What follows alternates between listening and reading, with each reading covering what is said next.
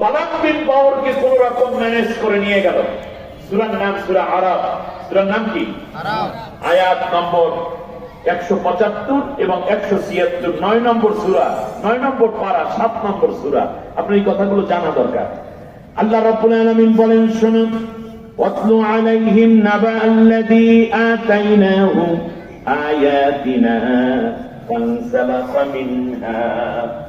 আল্লাহ রাব্বুল আলামিন বলেন, ওই রাষ্ট্রের মধ্যে, মিশরের মধ্যে একজন মানুষ ছিল যাকে আমি ইলম দিয়েছিলাম, কিতাবের জ্ঞান দিয়েছিলাম। সে যখন আমার কাছে দোয়া করতো, আমি আল্লাহ রাব্বুল আলামিন ওই দোয়া কবুল করে নিতাম। কোন বদদোয়া করলেও আমি আল্লাহ তা কবুল করতাম। যাকে আল্লাহ ইলম দিয়েছেন, আল্লাহর কোরআনের জ্ঞান দিয়েছেন, তাকে তার দোয়াও কবুল হয়, বদদোয়াও কবুল হয়। ঠিক না বলেন? আপনারা কি ভুলে গেছেন?